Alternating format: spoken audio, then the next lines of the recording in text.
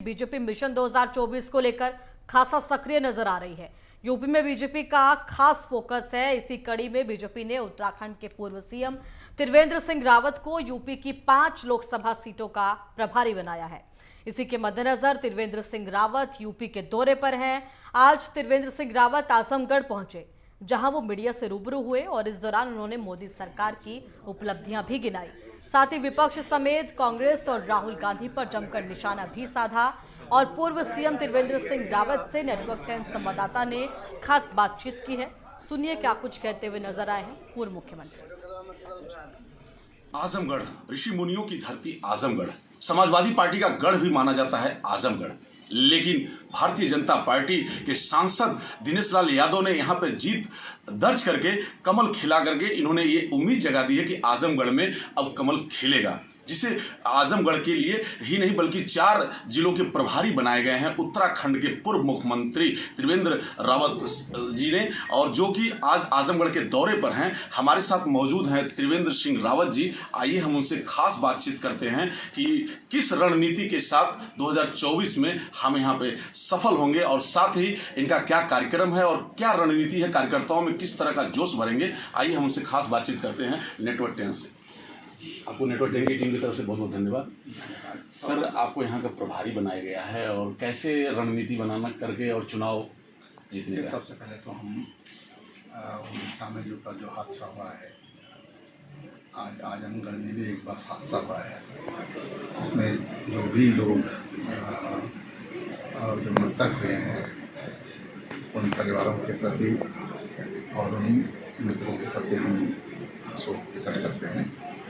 और इसी वजह से आज पार्टी ने पूरे देश में जो भी पार्टी के प्रोग्राम थे, कल उड़ीसा की जो दुर्घटना हुई और जिसमें काफ़ी लोग मृत्यु हुई है, काफ़ी लोगों की काफ़ी संख्या में लोग घायल हुए हैं, तो आज पार्टी ने तमाम प्रोग्राम शोक में स्थगित किए हैं।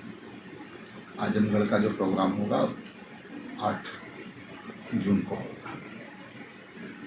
लेकिन जहाँ तक चुनाव की बात है, तो भारतीय जनता पार्टी के यहाँ पर सांसद हैं और जो ये क्लस्टर मुझे दिया गया है, इसमें 5 लोकसभा सीटों में भारतीय जनता पार्टी के सांसद हैं। हम इस इतिहास को फिर दोहराएंगे, उस दृष्टि से कार्यकर्ताओं से बातचीत होगी और तमाम कार्यक्रम पार्टी ने दिए हैं इस 1 महीने में। इसको महासंपर्क अभियान नाम दिया गया है। समाज के तमाम जो तबके हैं, चाहे जो समाज में प्रभावशाली लोग हैं, बुद्धिजीवी लोग हैं, जो लोग धार्मिक संस्थाओं से जुड़े हुए लोग हैं, सामाजिक संस्थाओं से जुड़े हुए हैं, उद्योग जगत से जुड़े हुए लोग हैं, ऐसे जो संस्कृति और कला और संस्कृति से जुड़े हुए लोग हैं, उन तमाम लोगों से हम संपर्क करेंगे और घर घर पार्टी इस महाअभियान में पहुंचेगी। हम ये चाहते हैं कि जो चुनाव, अगला चुनाव होगा, ये विकास के मुद्दों पर होगा और भारतीय जनता पार्टी ने माननीय प्रधानमंत्री नरेंद्र भाई मोदी जी के नेतृत्व में 9 सालों में अभूतपूर्व विकास हुआ है। आप ये देखिए कि 2014 से पहले हमारे देश में प्रतिदिन 4 किलोमीटर रेल लाइन बनती थी, आज 14 किलोमीटर बन रही है। सड़कें 13-14 किलोमीटर प्रतिदिन बनती थी, आज मैं नेशनल हाईवे की बात कर रहा हूँ, एक्सप्रेस वे की बात कर रहा हूँ, आज 40 किलोमीटर पर डे के हिसाब से बन रही है। तो और देश दुनिया में भारत का एक विशेष स्थान बना है। आज जो भारतीय दुनिया में है, उनकी अपनी एक पहचान उन देशों में। अभी आप देख लीजिए, ऑस्ट्रेलिया में प्रधानमंत्री जी गए तो वहाँ के प्रधानमंत्री को कहना पड़ा यू आर द बॉस, कहना पड़ा उनको। जब उन ऑस्ट्रेलिया वालों ने भीड़ कभी देखी नहीं होगी, और जब ऑस्ट्रेलिया में जाके हमारे प्रधानमंत्री जी का इतना अभिनंदन होता है, इसका मतलब वहाँ के लोग आज अपने आप को गौरवान्वित महसूस कर रहे हैं। एक विदेश जब जाते हैं राहुल जी तो एक विवादित बयान दे देते हैं, विदेश और विवादित बयान, इस पर क्या कहना है? अब राहुल जी को देखकर कुल मिला के लगता है कि जो मैच्योरिटी उनमें आनी चाहिए थी वो नहीं आ पाई है, या कुछ लोग उनसे ऐसे बयान दिलवाते हैं, कोई स्क्रिप्ट उनको लिख कर दे देते हैं, ऐसा वो बोलते हैं, या स्क्रिप्ट से हटकर वो बोलते हैं। तो राहुल जी की जो कुल मिला के जो बयान वो दे रहे हैं, पिछली बार भी वो विदेश में गए थे तब भी उन्होंने बहुत कहना चाहिए कि बहुत ही नादानी भरे बयान दिए। उसी तरह के नादानी भरे बयान वो दे रहे हैं और इसीलिए जनता उनको ठुकरा ऐसा दिया क्यों है है। जब विदेश जाते हैं तब विवादित बयान दे देते हैं? और उन्होंने तो बड़ा गंभीर बयान दे दिया है कि दलित और अल्पसंख्यक बहुत भय में हैं भारत में। ये यही दुर्भाग्य है और वही हमारी समझ में नहीं आता कि उनको विदेशों में जाकर ही ऐसा ख्याल क्यों आता है और उससे भारत की छवि खराब हो रही है। वो भारत की छवि को नुकसान पहुंचा रहे हैं, जबकि मैं समझता हूं कि अल्पसंख्यक हो या अन्य समाज हो, आज जितना सुरक्षित भारत में अपने आप को महसूस करते हैं और जितना वो सुरक्षित है, ये तो दुनिया देख रही है। अब आप देखिए सीरिया में क्या हो रहा है, तुर्की में क्या हुआ, अभी यूक्रेन रूस में क्या हो रहा है, पाकिस्तान अफगानिस्तान में क्या हो रहा है, तो सारी दुनिया देख रही है। और राहुल जी के नादानी भरे बयानों से वो क्या कहना चाहिए कि वो ये कह रही कि भाई आखिर राहुल गांधी बोल क्या रहे हैं, फिर विदेशों में जाकर इस तरह की बात बोलने की जरूरत क्या है? भाई आपको बोलना है भारत में बोलिए, तो विदेश में जाकर के भारत की छवि खराब करना। ऐसा तो नहीं कि ऑस्ट्रेलिया कह रहे हैं कि यू आर बॉस, तो ये कह रहे हैं मैं वहीं विदेश में ही इनका खंडन करूँ। हाँ, यही है। इसलिए मैंने कहा कि वो विदेशों में जो भारत की छवि उभर कर आई है, उस छवि को भी खंडित करने का काम कर रहे हैं। आजमगढ़ समाजवादी पार्टी का गढ़ है और सिने स्टार दिनेश लाल यादव जी निरहुआ जी हैं, तो इन्होंने अपनी तो सिने स्टार के और सिने नेता की भी छवि इन्होंने करके कमल तो खिला दिया है। नहीं, देखिए, आजमगढ़ सपा का गढ़ रहा होगा। गढ़ इसलिए नहीं कहता हूँ, पहले भी यहाँ भाजपा के सांसद रहे हैं, अब हमारे निरहुआ जी हैं और बहुत अच्छे तरीके से जीत कर आए हैं। सबसे खुशी की बात है कि यहाँ का कार्यकर्ता इनकी तारीफ करता है। मैं कल से यहाँ के कार्यकर्ताओं के 2-3 दिन से यहाँ के कार्यकर्ताओं के टच में हूँ।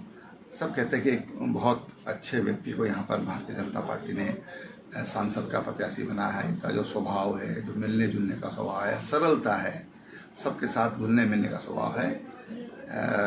ये 2024 का जो चुनाव होगा, दिनेश जी जिनको निरहुआ के नाम से जाना जाता है, जो बहुत लोगों के मन में, क्योंकि हमारे यहाँ भी इस क्षेत्र का समाज काफ़ी बड़ी संख्या में रहता है, तो हम देखते हैं वहाँ पर कि इनकी कितनी लोकप्रियता है।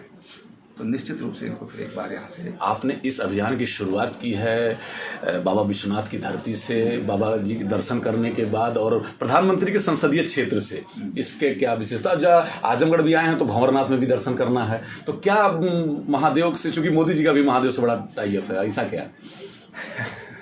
देखो, मैं तो महादेव के घर से जी, शिव का जो निवास था वो, और शिव का जो निवास है वह कैलाश है, और मैं कैलाश से यहाँ आया हूँ। और निश्चित रूप से जब यहाँ आया हूँ तो स्वाभाविक इच्छा थी कि काशी विश्वनाथ जी के भी दर्शन करूँ। मैं 2016 में यहाँ आया था, 16 लास्ट में आया था यहाँ पर, और तब भी मैं काशी विश्वनाथ जी के दर्शन के लिए गया था। आज और तब में वास्तव में वहाँ का जो दृश्य था, तब मन में एक अजीब तरह का संकोच सा था, तकलीफ, कष्ट सा था। और इस बार जब हम आए तो भावुक हो गए, आंखों में आंसू थे खुशी के कि भोलेनाथ जी का जैसा भव्य स्थान बनना चाहिए था, आज उस दिशा में मैं समझता हूँ कि 80% काम हो गया है।